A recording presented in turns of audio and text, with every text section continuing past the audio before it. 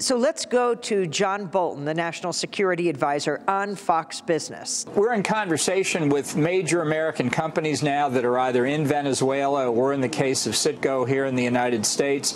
I think we're trying to get to the same end result here. You know, Venezuela is one of the three countries I call the troika of tyranny. It'll make a big difference to the United States economically if we could have American oil companies really invest in and produce the oil capabilities in Venezuela. It'd be good for the people of Venezuela. It'd be good for the people of the United States. So that's the quote of John Bolton on Fox. And at the same time, you have the United States imposing sweeping new U.S. sanctions on Venezuela's state oil company.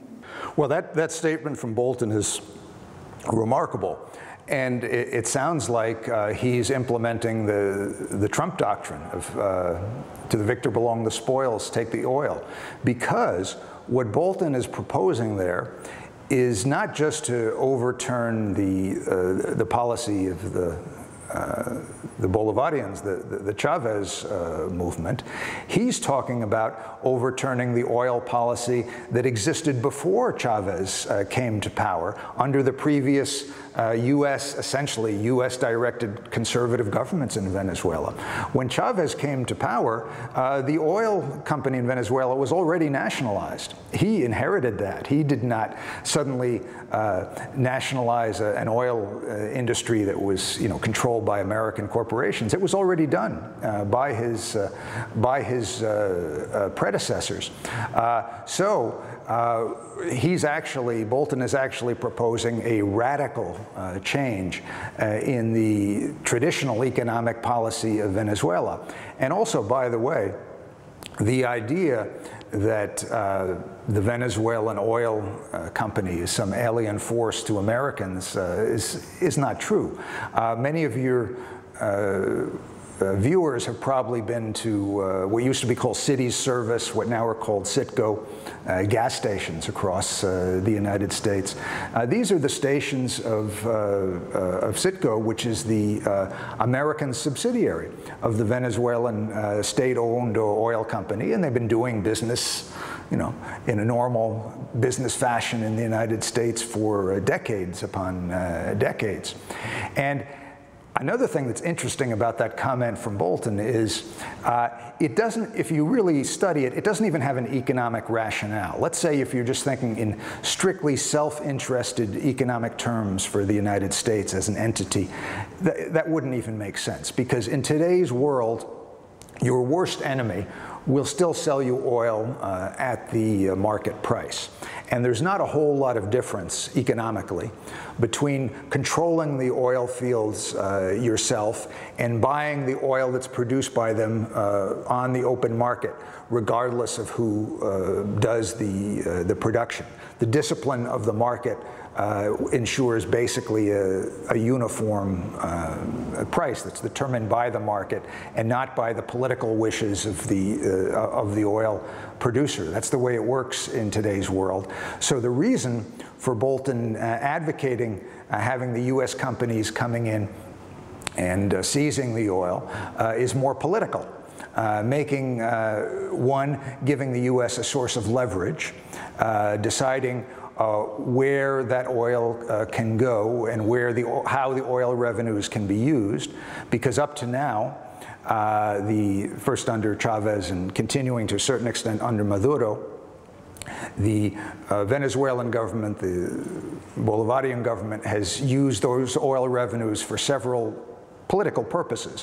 One is to fund social programs that have helped the poor, and in fact, that was the specific reason that the rich, after '02, went on strike against Chavez, trying to bring down the economy, because they objected to the oil revenues being used for social programs for the poor. They wanted the oil revenue to flow somehow into their pockets. And secondly, Venezuela has sometimes used that oil revenue, that oil for foreign political purposes. For example, they assisted Haiti in providing oil to Haiti and announcing a cancellation of Haiti's oil debts a number of years back under Chavez, when Haiti was in particularly desperate straits. Even in the United States, even in Boston, Congressman Joe Kennedy, the former congressman, years ago established a program in Boston to provide low-cost heating oil to his lower-income constituents in the Boston area.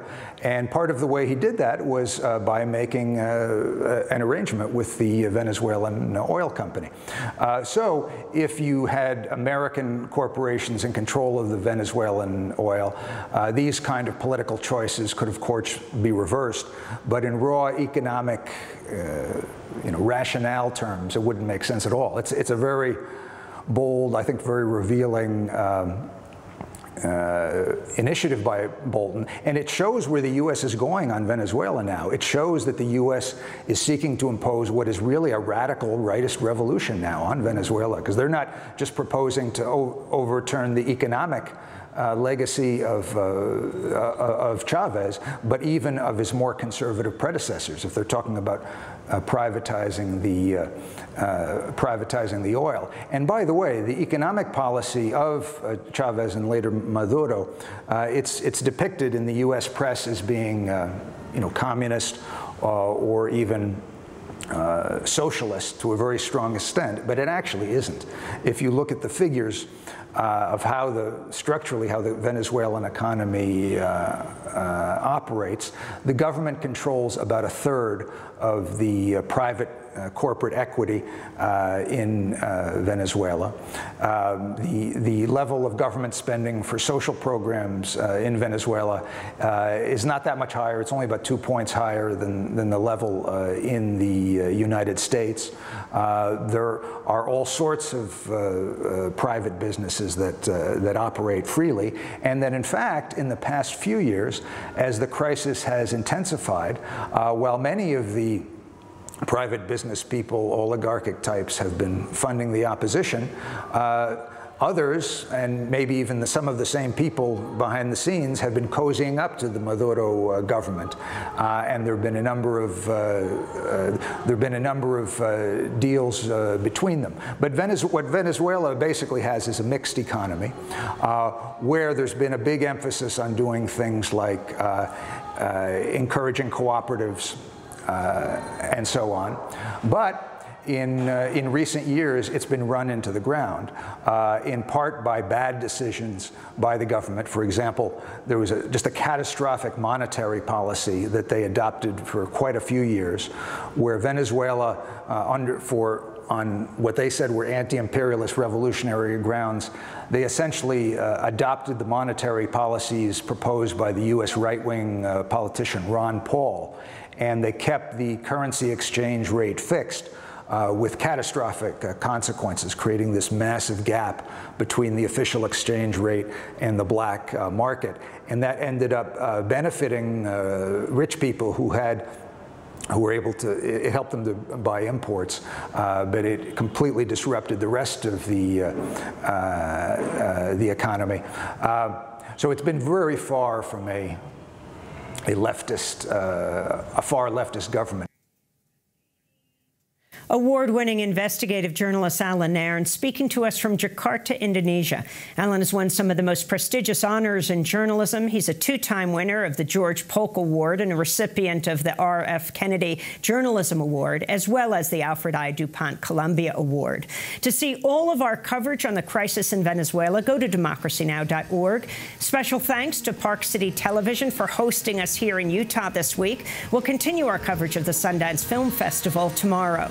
Democracy Now! Is accepting applications for a full-time one-year paid news fellowship. Go to democracynow.org. Democracy Now! Is produced by Mike Burke, Dina Guzder, Carla Wills, Tammy Warrenoff, Sam Alkoff, John Hamilton, Robbie Karen, Hani Masood, Charina Nadura, Tamari Astudio, and Libby Rainey. Mike DeFilippo, Miguel Noguera, our engineers. Special thanks to Becca Staley, Julie Crosby, Dennis Moynihan. I'm Amy Goodman. Tune in to democracynow.org. Thanks so much for joining us.